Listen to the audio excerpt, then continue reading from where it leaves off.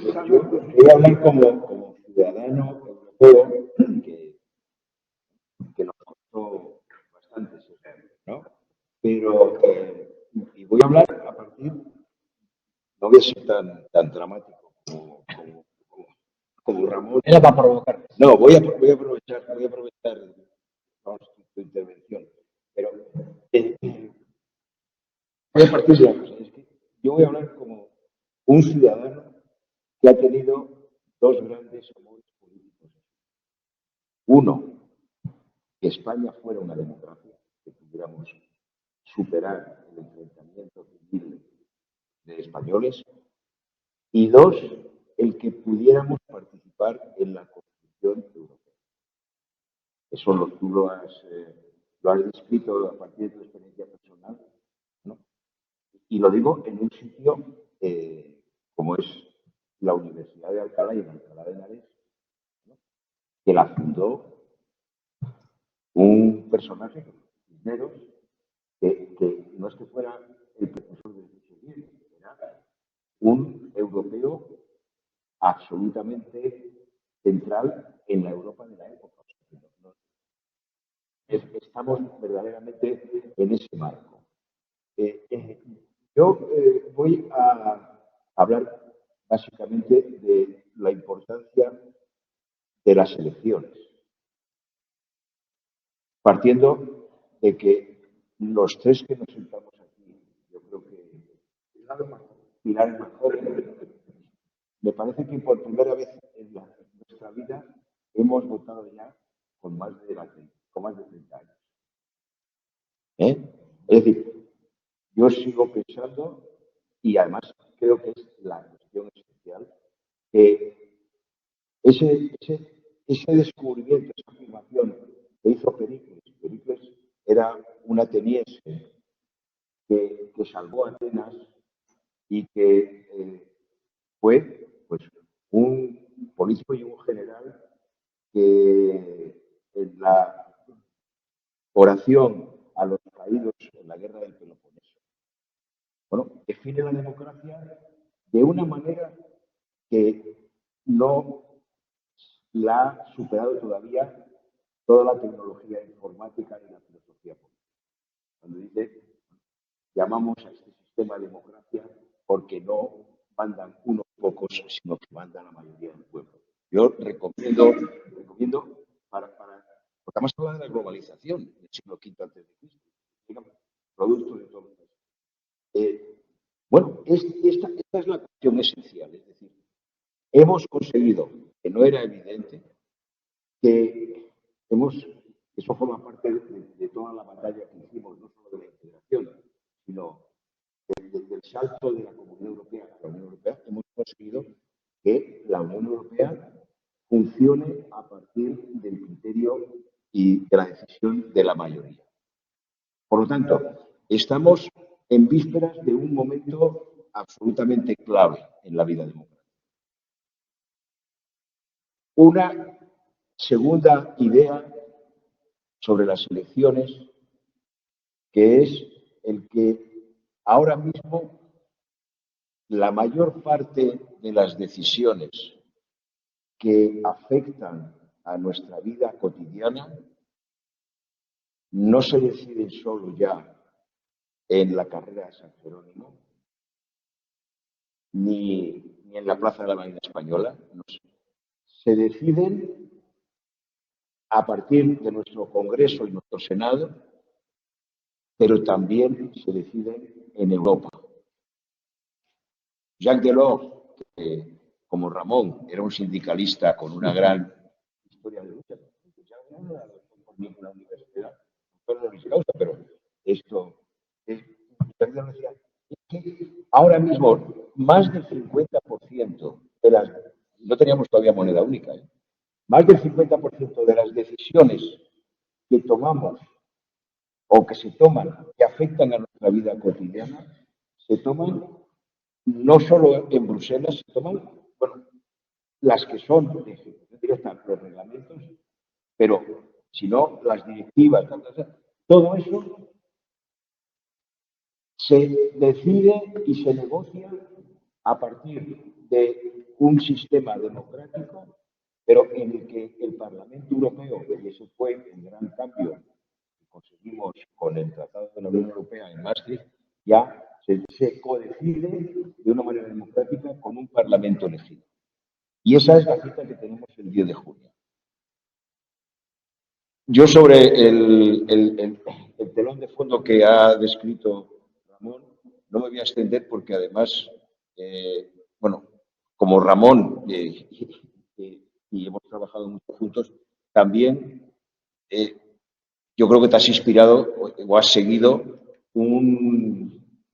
dos textos que son importantes en la reflexión política en este momento, que son dos informes que ha encargado la comisión, la comisión von der Leyen, que lo han hecho dos italianos. Los italianos en estos saben cómo funcionan los sistemas porque viven en una república parlamentaria que al mismo tiempo está al lado de coexiste con una teocracia electiva,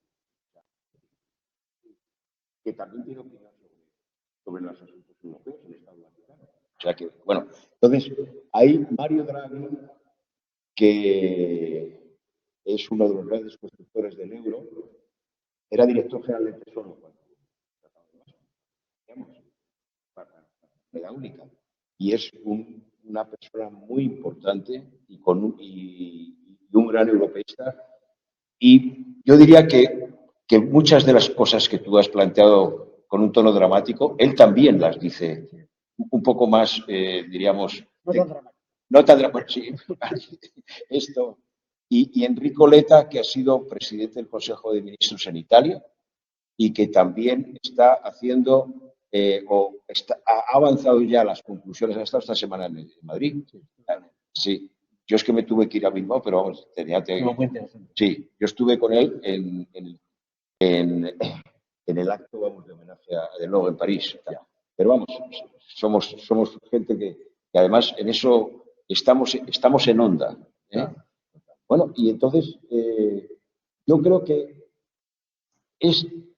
esta situación lo que nos plantea es los desafíos con los que nos enfrentamos. Yo cuando hablamos de crisis siempre me fijo en la dimensión positiva de las crisis, porque parece que es que cuando empezamos a acumular crisis parece que es que se va a producir la hecatombe final. Yo creo que es al contrario, es decir, las crisis, como nos pasa a todos los seres humanos, tenemos la crisis de la adolescencia, la crisis de la madurez. Nosotros aguantamos bien la longevidad, ¿no? Pero la crisis es el momento en el que hay que tomar decisiones porque cambian las cosas. El verbo griego primer. Los chinos lo dicen de otra manera. Los chinos lo razonan por ideogramas. La parte superior del ideograma es oportunidad y la parte inferior riesgo. Bueno, ya.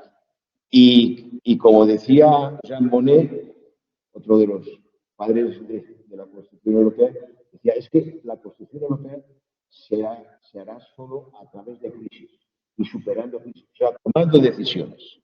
Bien, yo creo que esto es lo que enmarca este momento, que es el momento más noble de la vida política. Hay un dato que no solemos mencionar y es, aparte ya de todas las encuestas más o menos que forman parte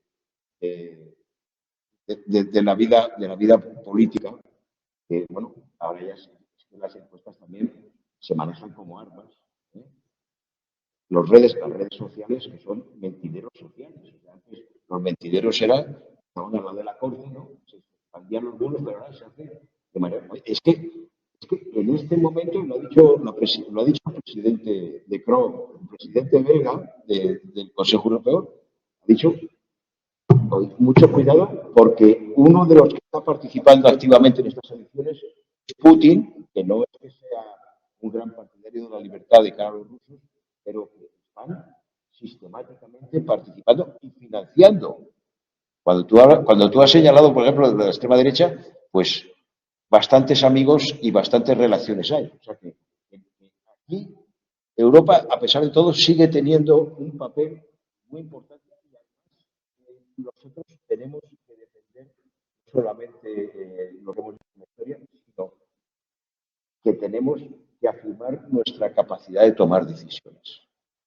Y yo solo voy a decir una cosa más sobre las elecciones, porque antes del 10 de julio y ahora mismo, bueno, hay ya hay una campaña electoral que está en marcha y en la que se está hablando en términos de mercado de futuros y como Ramón y yo hemos compartido, bueno, yo me ha tocado más Mili que a ti, ¿no? Yo he estado más años, pero eh, el Parlamento Europeo, que lo elegimos 420 millones de ciudadanos y ciudadanas, el Parlamento Europeo funciona sobre la base de las familias políticas, como dice el reglamento, que tiene valor. No funciona por países, los Estados miembros están representados en el Consejo. Hay 10 o 12 grupos parlamentarios, familias políticas, que son los protagonistas, que están formados por aproximadamente 170, 180 partidos políticos de los 27 Estados miembros. Es una torre de Babel, no solo lingüística. Y a pesar de eso funciona, ¿verdad? Sí, toma decisiones. No, no, es que en Europa hemos tenido emperadores, dictadores, monarquías absolutas. Hemos tenido todas las fórmulas menos la que se ha consagrado, que es la de Pericles, que es la democracia y es la que nos da una fuerza política. Entonces, ahora mismo estamos en ese mercado de futuros en donde se dice pues que va a haber una oleada de derecha y de extrema derecha y conservadora. Yo ahí, esta historia del populismo y de la extrema derecha, a mí en el Instituto Universitario Europeo me invitaron al populismo y yo dije, no, cuando estás hablando del futuro y las campañas electorales se hacen sobre el futuro, los americanos lo dicen muy bien, un New Dream. Tienes que prometer, tienes que decir qué quieres hacer, ¿no? Bueno, cuando sueñas, pues corres el riesgo, como decía Goya, de que los sueños de las razones tendrán monstruos. Pero también estás generando algo que, bueno,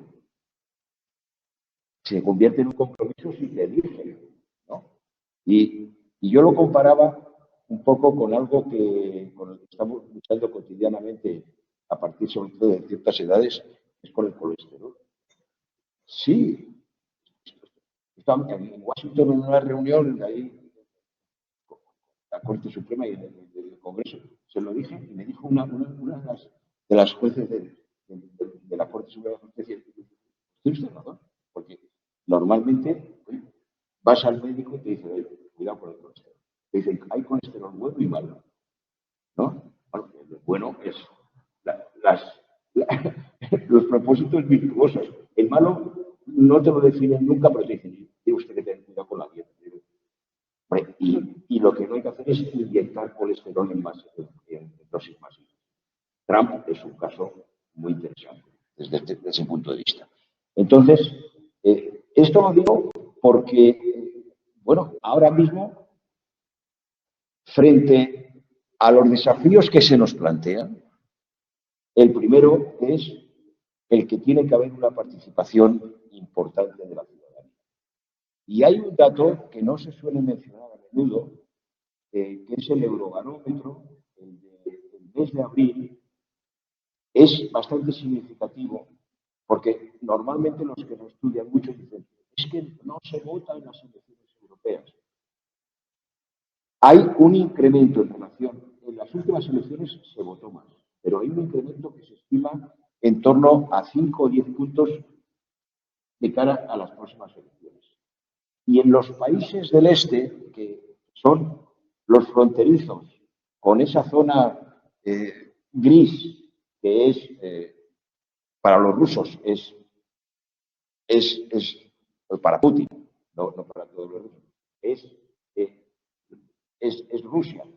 Y ese es el sentido de la guerra de Ucrania. Es decir, que bueno, o Federación Europea o reproducir la Santa Alianza, que es que no se crean que son una comunidad de naciones y que, bueno, entre Metternich y el emperador Alejandro I, pues trataron de volver al viejo régimen al principio del siglo XIX, ¿no? Entonces, es muy significativo que donde más haya crecido la voluntad de ir a las elecciones europeas es en las repúblicas bálticas, que no sé si la gente las pone en el mapa, pero no, las repúblicas bálticas son más europeas y más de la OTAN que todos nosotros. Pero basta con ver el mapa, ¿no? Los polacos, los húngaros, y incluso dentro de la política de democracia y liberal de Orbán, pues también tratan en eso de mantenerse.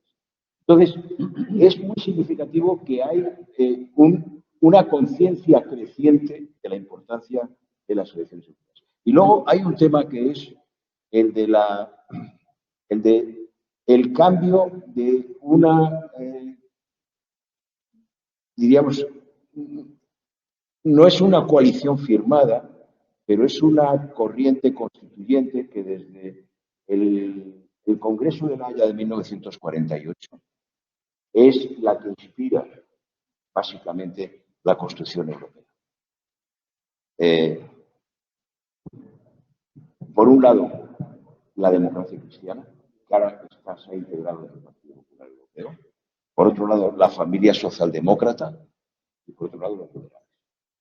Estos son para que el Parlamento Europeo y para que el Consejo Europeo también avance y tome decisiones, básicamente son las tres grandes corrientes en un Parlamento que Ramón lo ha vivido, que diríamos que se pone el marcador a cero todas las semanas y hay que ir construyendo, ¿verdad? De una manera continua. Entonces, ahí tiene también mucho interés, por ejemplo, en esa ofensiva conservadora. A mí, el caso más interesante, como decía, como se dice muchas veces, Delors me lo comentaba mucho, decía, yo voy a Alemania cada 2 meses. Alemania siempre está en el centro.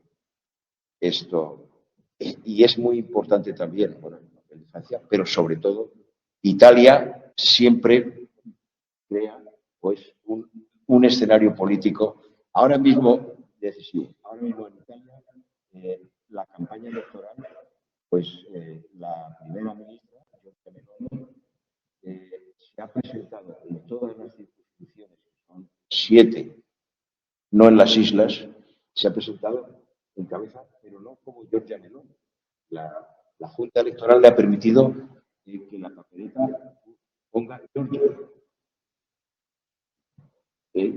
Con lo cual, como en Italia hay preferencias, saldrá elegida, pero muy pocas mujeres de su partido saldrán elegidas. Eso forma parte también de la vida política. Pero claro, y sobre la base además de que hay que reemplazar esta coalición, diríamos, entre el centro derecha y el centro izquierda, por, diríamos, ya una vuelta a la Europa de las naciones y a, claro, lo que pasa es que ya tiene el problema en casa, porque tiene una coalición de 3 partidos y cada uno de ellos milita en una familia política europea diferente, con lo cual yo no voy yo solamente voy a decir una cosa que es informativa para acabar. Me parece, no sé si tú ya te habías ido cuando se eligió a von der Leyen en la última. Bueno, ahí hay dos datos que son interesantes. Uno de ellos es que Ursula von der Leyen, que es una política democristiana alemana, que incluso en Alemania, como ha sido una mujer muy avanzada en muchos aspectos, decían que era una socialdemócrata disfrazada de democristiana, pero es una mujer que ha demostrado su valor. Pero Ursula von der Leyen salió elegida en la primera investidura con 7 votos. Después de que, porque ahí hay que ir a todos los grupos políticos y presentar el programa, después de que en su propia familia, y en Europa no se vota como en España la investidura, nosotros se vota en público y por voto nominativo, en Europa se vota en urna, con lo cual hay una tradición que los alemanes llaman los submarinos, es decir, la gente de tu grupo y de tu partido que no te vota. Se calcula más o menos que en la primera votación de von der Leyen casi 20 y tantos, un 30 votos le faltaron de su propia familia política. De los socialistas faltaron los alemanes que no estaban de acuerdo, pero vamos, eso no lo anunciaron, los otros eran submarinos. Y al final salió elegida por los chicos y por los de Fidesz, por los de otros. Y sobre todo porque ella hizo un discurso de investidura dirigido a Irache García Pérez, que es la líder del Grupo Socialista Europeo, que le planteó, es una tradición ya política europea, que le planteó las condiciones por escrito para poder votar. Y es una escena, vale la pena porque además, como todo se ve por televisión, ahora mismo todo esto se ve directamente y además se puede escuchar en todas las lenguas. Es decir, que yo recomiendo que este tipo de escenas se puedan ver. Bueno, la segunda vez, la presidenta von der Leyen, que no es de mi familia política, pero yo creo que ha sido una presidenta de la Comisión seria y responsable y que ha dado saltos muy importantes en la Constitución Europea, la segunda vez la presidenta von der Leyen fue elegida con más del 60% de las diputadas. Bueno, este es un dato que habrá que ver después del 10 de junio. Bueno, si ella se presenta, porque además se presentarán de las diversas familias políticas, pero ¿esto qué demuestra? Demuestra que la democracia compleja funciona y que sobre todo para hacer frente a los desafíos que nos planteaba muy dramáticamente Ramón, nosotros, si queremos, tenemos capacidad para hacer frente a ellos y para superarlos. Y ya, con esto ya concluyo.